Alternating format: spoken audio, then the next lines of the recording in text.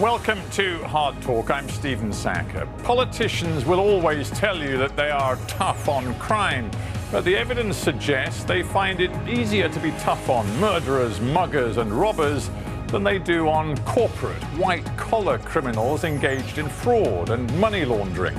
Well, my guest today is the outgoing head of Britain's Serious Fraud Office, David Green. For 6 years, he's been out to collar corporate criminals. But has he ever been given the tools and the backing to do the job properly?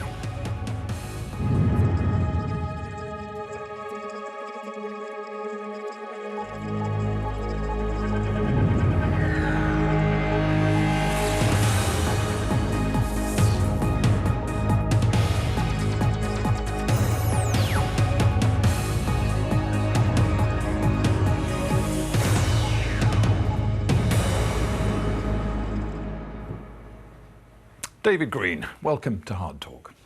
You are just coming to the end of 6 years running Britain's Serious Fraud Office. How much does it concern you that the UK still has a reputation as a place where dodgy deals and dodgy businessmen and women can find a home and can pursue their dodgy business? Well, I wouldn't really comment on how our reputation is perceived. I'm an investigator and prosecutor. I go after evidence and the evidence to whom, and the individuals to whom that evidence points. So that's what we focus on. But reputation matters, doesn't it? Reputation is, you mean national reputation? Yes. Of course, extremely important. And we're getting, you will have seen, we're getting new tools, useful tools, such as unexplained wealth orders, which will help us attack that problem. So are you saying that, yes, there has been a problem, but we're on the cusp of being able to fix it? I'm just mindful of, for example, the words of Tom Keating, respected director of the Centre for Financial Crime and Security Studies, who said just last month the British government can no longer ignore the ugly truth that the reputation of London and the UK more broadly is as the money laundering capital of the world. It's justifiably earned. It's been stoked by the ambitions of the city, aided in no small part by past governments. Well, an interesting quote. He may well be right. The Serious Fraud Office focuses, of course, on the top level of serious and complex fraud, and also mainly commercial bribery. But I'm pretty stunned. He may be right, you say. So you may work in a milieu where, as he would put it, the city, aided and abetted by past governments, has become a place where money laundering is the norm. Yes, I don't think I necessarily agree with that. I certainly wouldn't regard money laundering as the norm.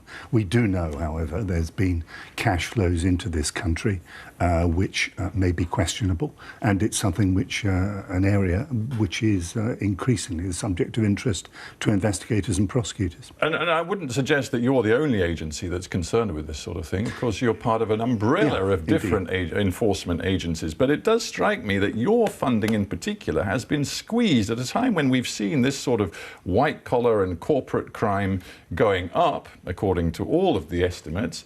Your budget for actually dealing with it, controlling it and enforcing the law has gone steadily down. Well, I'm always touched by people's concern about the budget for the SFO. In fact, I have never turned down a case on the basis that it would be too expensive to investigate. Our funding, our core funding, is around 31 million. It used to be over 50 million. But on top of that, we also have access to what's called blockbuster funding.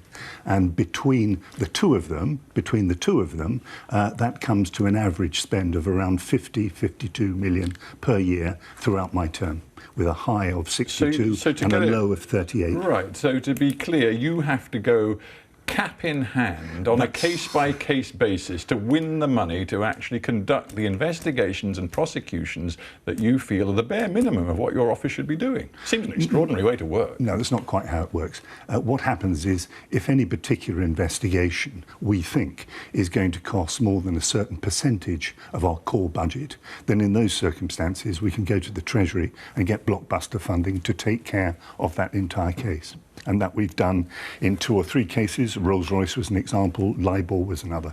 You said this, or you were quoted as saying it by the Bloomberg news agency as recently as just a month or so ago. You said, you can detect a certain ambivalence about corporate crime. You can see people wondering, why on earth are you, i.e. the head of the SFO, investigating these blue chip listed companies? Is that a mindset, a characterization that is about the politicians in this country? No, I didn't mention that in connection with politicians, and I've certainly never come across it from any politician in this country. What I have seen is, perhaps in the media generally, a slight sort of questioning of, why are you going after big, important British companies?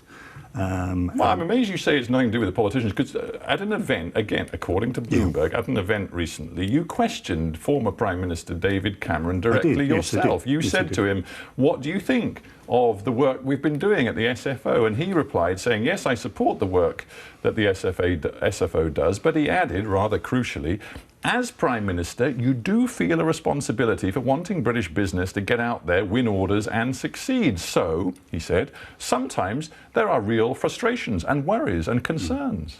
Well, that's exactly the view he expressed. I know it is, but it's a rather odd one, isn't it? He's sort of suggesting that he has to balance the pursuit of justice, which is your job, against concerns about winning orders, keeping business in this country. Well, I thought it was remarkable, but then that's why I asked the question. Did you think it was remarkable? Yes, I did. You felt that he was indicating there were some sorts of compromises The being answer made? I was expecting was yes. When I said to him, do you support the work, do you now, and did you support the work of the Serious Fraud Office in its investigation of commercial bribery by British companies abroad? Now, one might think the answer to that is yes, but we got a slightly different answer, you did, which with caveats and hedges. Bloomberg was of interest. Bloomberg found not just of interest to them, but interest to you. And I just wonder whether that's indicative not just of David Cameron's own mindset, but perhaps the incumbent Prime Minister Theresa May as well. Because we know, hang on, we know that Theresa May has long seen the Serious Fraud Office as something of an anomaly. She wants to fold it into a much bigger national crime agency and take away its independent entity. Well, it's a rather different point, but certainly, I mean, I've always said how the economic crime institutional waterfront is arranged is entirely a matter for the ministers. My job has been, and I always have done for some 6 years, is to make the case for the SFO as strongly as I possibly can. And I have done in respect of 3 basic principles. Firstly, the Roskill model on which we are built, namely we both investigate and prosecute in a single organisation. Secondly, the fact that we are a small organisation with a sole priority, namely bribery and serious and complex fraud. And thirdly, our independence from central government, which I think is crucial if given the fact that we do investigate some of our most important companies. And given those 3 criteria that you've applied, is it not time for you to say, because you're leaving and perhaps you can speak a little more frankly, that you haven't had the backing from the politicians that you really needed? I've had sufficient backing, that I've had a lot of support. We've just discussed how surprised you were at what David Cameron admitted was his mindset. Yeah, but he was speaking as an ex-Prime Minister at a conference. Yeah, but he was describing his mindset when he was Prime Minister. Well, it's not something I detected when he was. I've not detected any lack of support or certainly any opposition to what we were doing. There may be perfectly principled views as to whether the SFO should continue in its present form. I happen to think we should for the reasons I gave. Let's get to the nitty-gritty of the cases you've gone after during your 6-year tenure. How do you, because you have a great deal of choice, and you're interesting because you're both the sort of investigator and you're the prosecutor within the number of cases you take to choose in any given year. How do you choose which cases to take on? Well, you know, when I came in, there was into the job, there were various sort of criteria, including financial amounts. You know, amounts if a case was had to be sufficiently big. But that seemed to me completely wrong and unhelpful, because these days all frauds are huge, and there can be a potential loss that is never actually crystallised, but it would nevertheless be an extremely serious case. So I've said that the cases we will go after are those which undermine UK commercial or financial PLC in particular, in general, or the City of London in particular. And I think if you look at LIBOR, at Rolls-Royce, GlaxoSmithKline, and so forth, you can see... let's go through a few of these. I mean, LIBOR is perhaps the key, because it's the case where the Serious Fraud Office, under your auspices, went after one of the big scandals connected with everything that came about after the financial meltdown of 07-08. And to remind people, LIBOR is the interbank lending rate. It's the sort of one of the most basic bits of the banking interbank often. Indeed. So London's important. Yeah, so it's crucial to the way banks finance both themselves and give money to those that are seeking to borrow from the banks. It's one of the key cogs in the machinery of the financial system. And it appears that it was being rigged. And you looked into it. Yes. Your predecessor had decided not to. How could that be? Well, I don't know. His choice. I looked at it when I came in the summer of 2012. To remind people, you were looking at something that had happened 3-4 years previous. Yes, indeed. Seems extraordinary to me that the Serious Fraud Office for 3 or 4 years just said, oh, that's nothing to do with us. Well, it may be that my predecessor thought that was something to be done by regulators, such as the FCA, for instance, but the Financial Conduct Authority. But I took a different view. I thought it warranted a criminal investigation by the SFO. And you undertook one, and it took a long time. It was extraordinarily complex. And at the end of it, without going into too much detail, half a dozen or so people, individuals, traders, were convicted of crimes. A few were serving prison sentences. None of them, it has to be said, very senior. And a whole bunch of other cases that you brought to court failed, and the individuals concerned were acquitted. And a lot of people looking at it would say you went after the easiest cases, the low-hanging fruit. You didn't actually make much of a success of it, and in the course of doing so, you ended up with an awful lot of egg on your face. No egg that I've detected. What we did was we prosecuted Tom Hayes. We then prosecuted some cash traders, all of whom were acquitted after a 2-month trial. We then went on to the Barclays traders, and I think 4 of those were convicted. Different juries take Not a great hit rate, but I refer to egg on face because different juries take different views of the same evidence. Of course they do. That's their right. But my reference to egg on face was because it now is clear that one of the key prosecution sort of expert witnesses that you, as boss of the organisation, you oversaw the appointment of, was absolutely useless. He was incompetent. It was highly complex financial testimony, and he was having to text his mates to try and find out what on earth he was talking about. That was the complaint, but you'll know... Well, the judge called it a debacle. In the Court of Appeal, it was called a debacle, but I think they also made the point rather clearly in dismissing the appeal that, in fact, the evidence had not made any difference. I suppose the point I'm getting to is that this is nobody would pretend that pursuing these sorts of crimes is not incredibly complicated, difficult stuff. It takes a long time, huge resources. We've discussed whether you have enough resources to do it. But the appearance was that the SFO actually wasn't really doing a very good job. Well, I think I dispute that. As I said, we brought a number of people to trial. We've now got the Euribor trial underway at the moment. That's the Eurozone version of LIBOR. Christian Bittard has pleaded guilty in that case, and that's extremely important. Well, okay, and these there you go. These are not little people.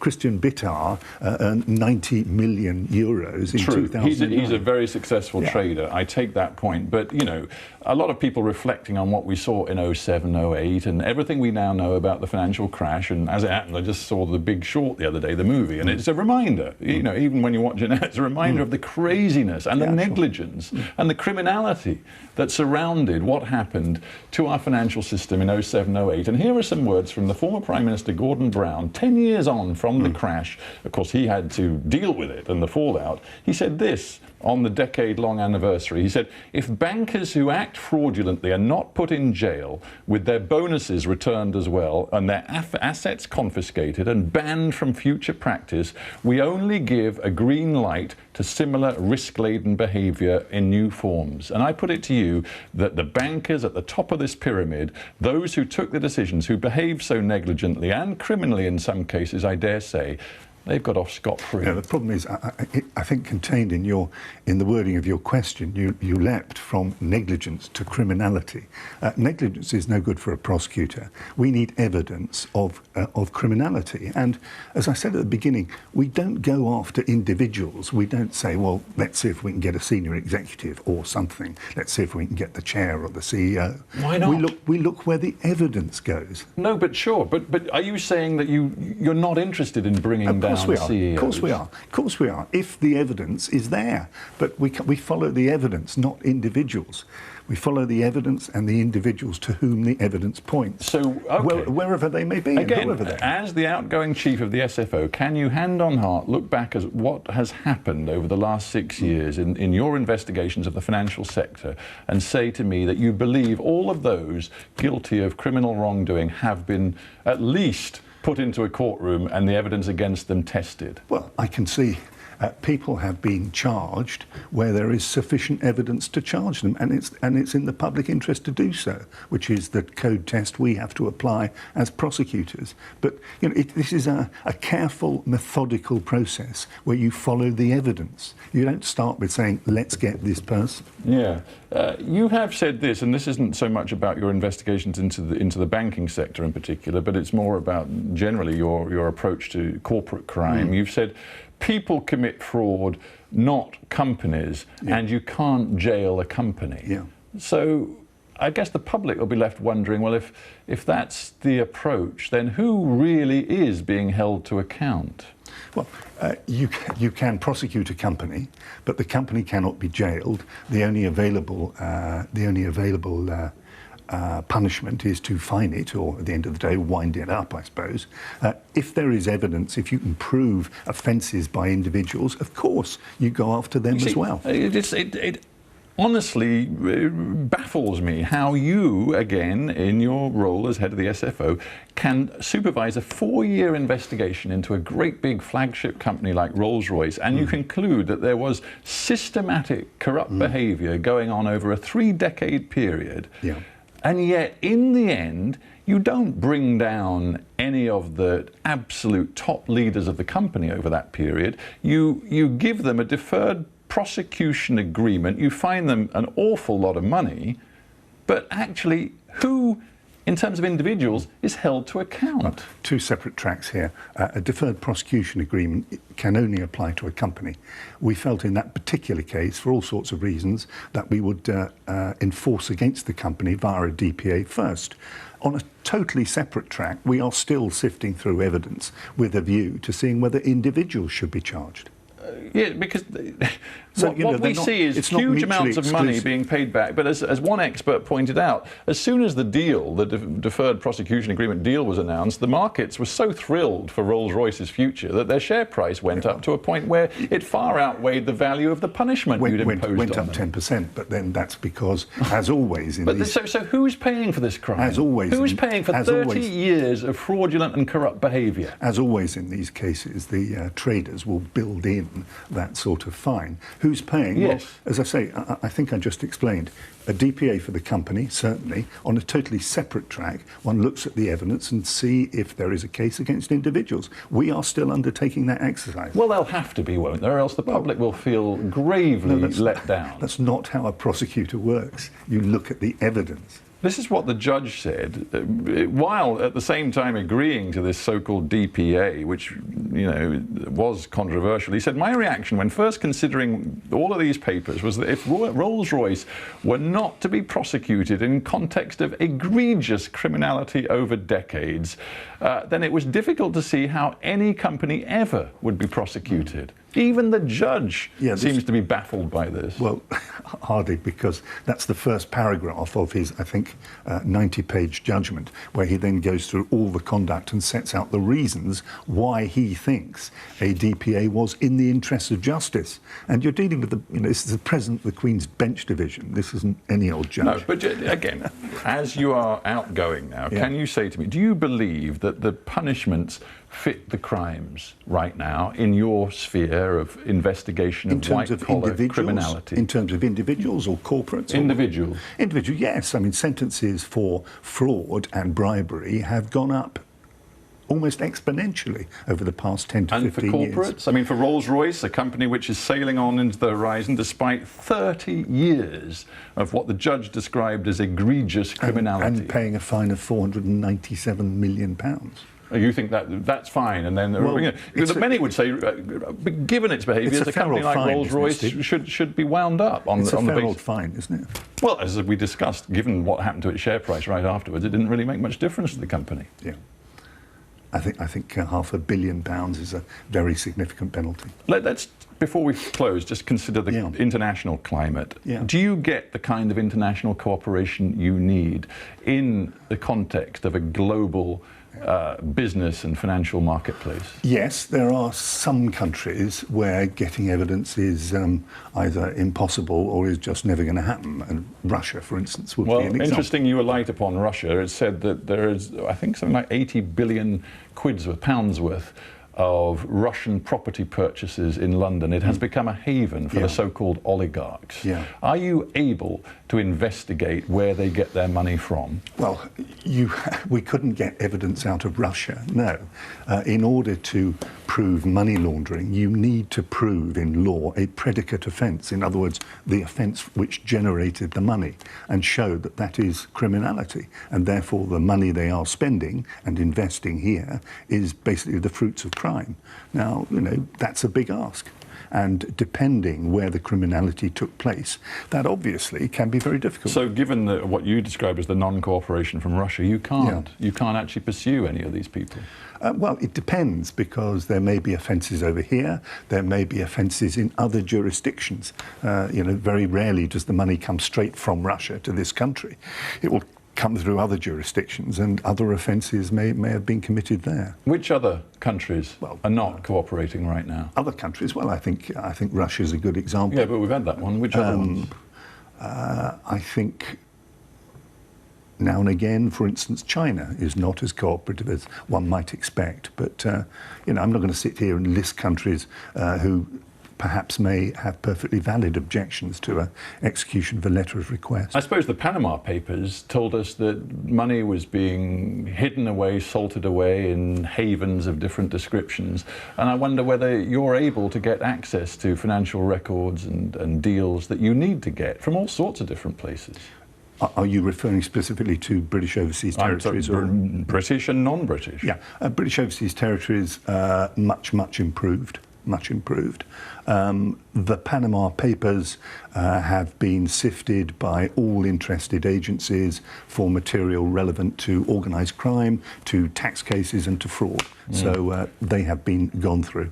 Just a final thought on Britain and the future. We're in the era of Brexit now, and the message from the government is that Britain has to up its game in terms of its competitiveness, its attractiveness to global business. Yeah. Do you think that climate makes it ever more difficult for the people running your agency? Because the government's riding two horses at once. It wants to say, the rule of law applies to the City of London, but it also says, we want as much money to come into London as possible. Yeah, but I think there's an important point here. We absolutely, I agree with you, we will need inward investment. But inward capital investment is attracted, I would suggest, by two things. One is a rule of law jurisdiction, where things are reliable and predictable. And secondly, a level playing field for investors. So that's what the SFO helps to generate. And do you think, right now, that Britain's got the balance right? The balance between?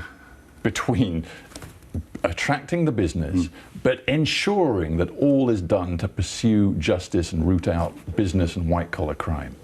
I think always more can be done, but the SFO is pretty active. We now have a staff of 540, we have a significant budget, we have ongoing investigations, we have trials, so we play our part. David Green, we have to end there, but thank you very much indeed for being on HARDtalk. Thank you. Thanks a lot. Thank you, David.